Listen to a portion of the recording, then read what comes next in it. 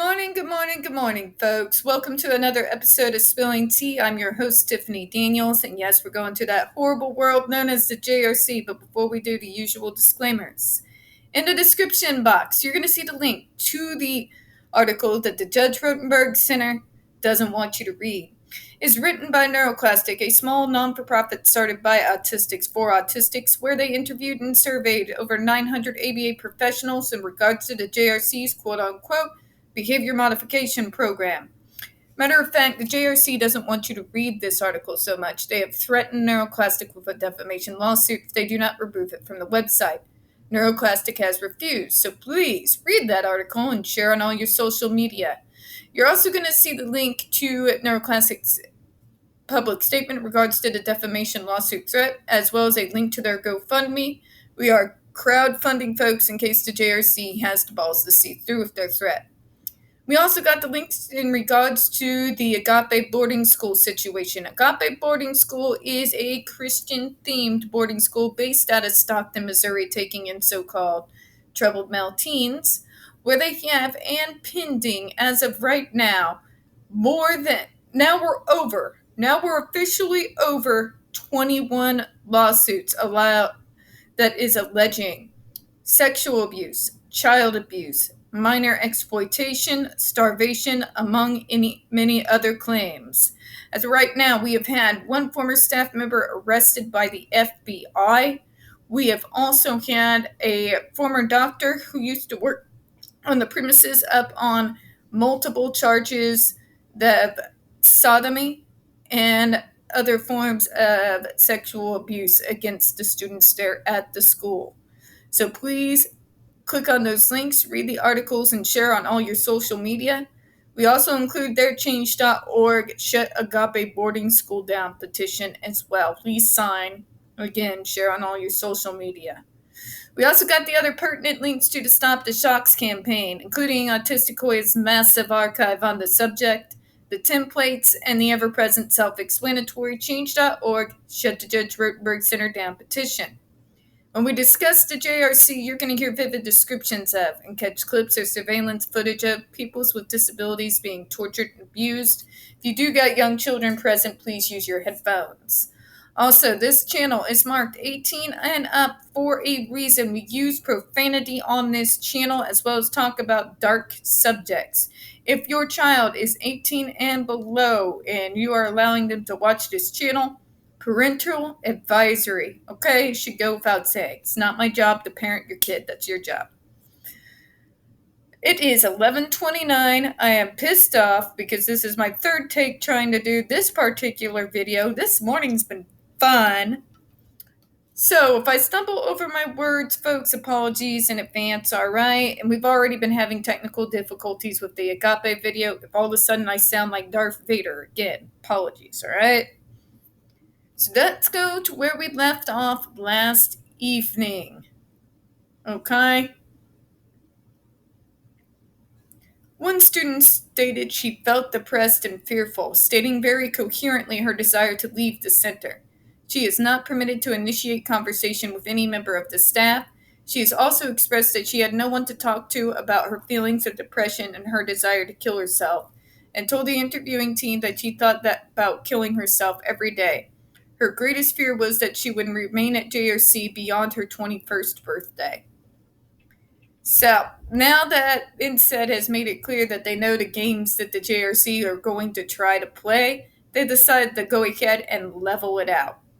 I'm going to tell you how this goes before we even get into this paragraph here, because look, they're going to bend over backwards, aren't they? We're going to be ready for word salad and for triggering bullshit and victim blaming, okay?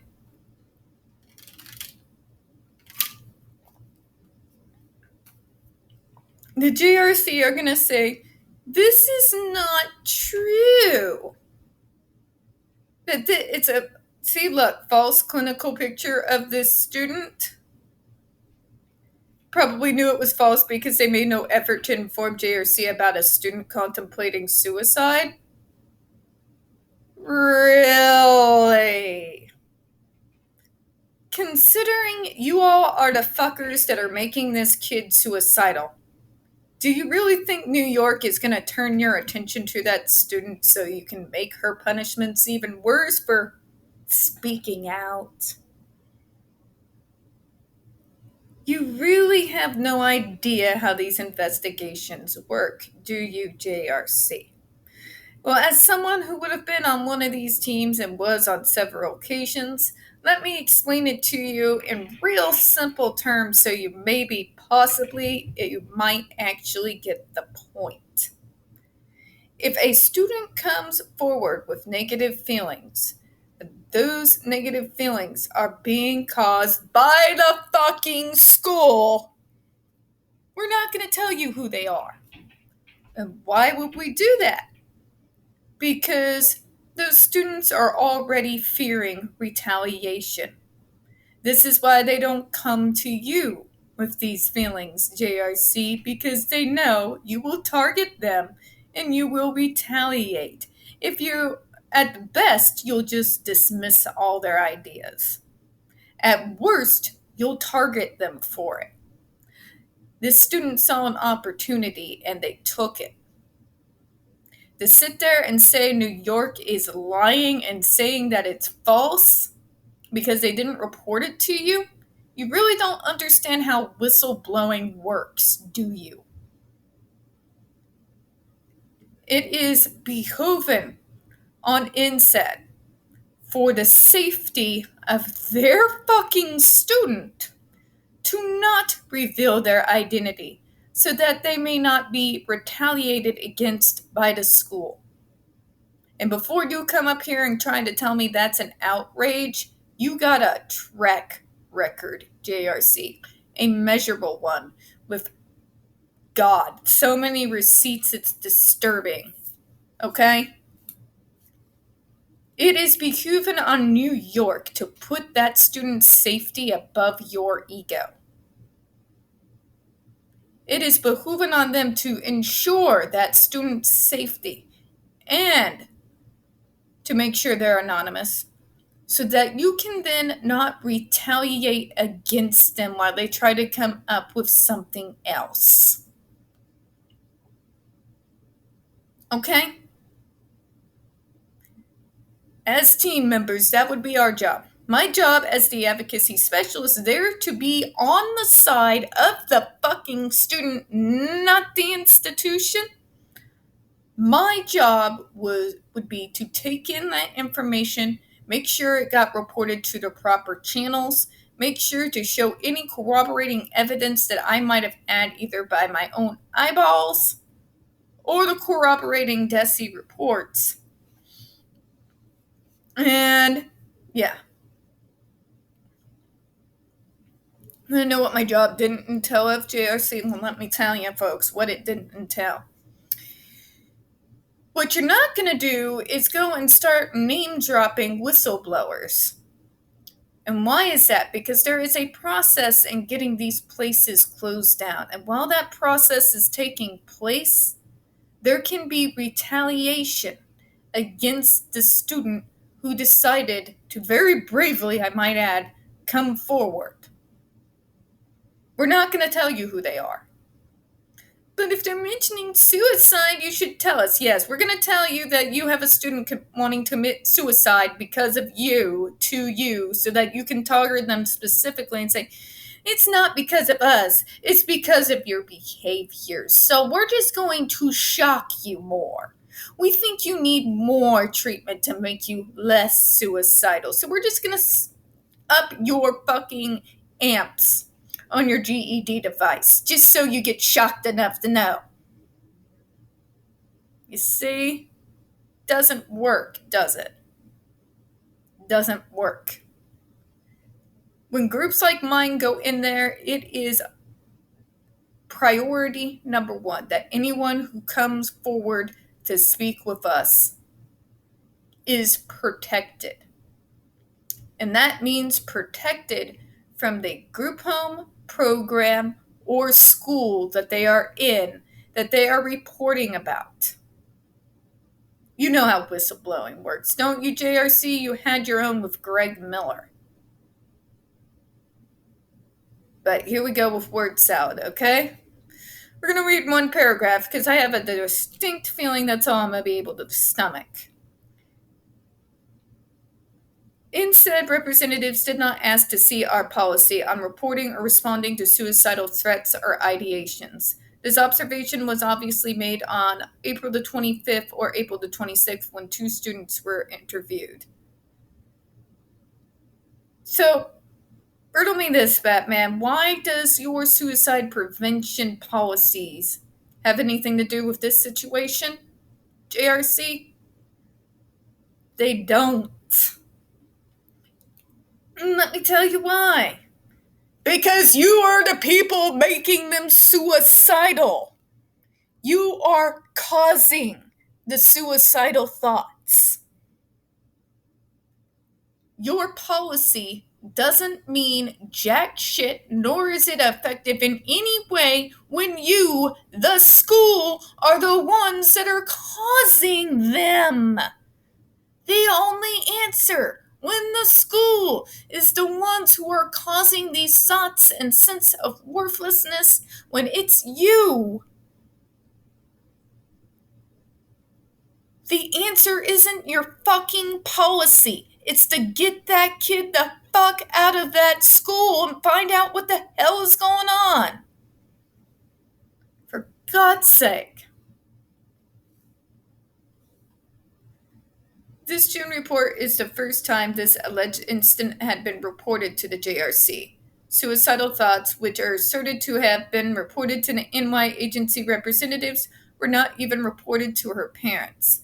If a student was having such severe suicidal ideation as described above, why would the psychologists that put this June report together not bring it to the attention of the treatment team or the parents until June 12th of 2006? Can I say it for the idiots in the back? That's not how whistleblowing works.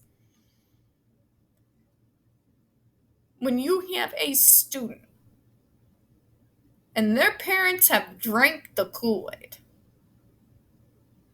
they've drank the Kool-Aid. They think this school is the only answer for their kid.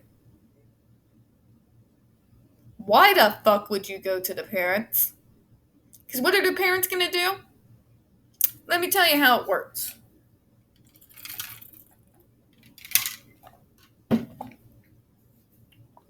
Had the kid first gone to their parents?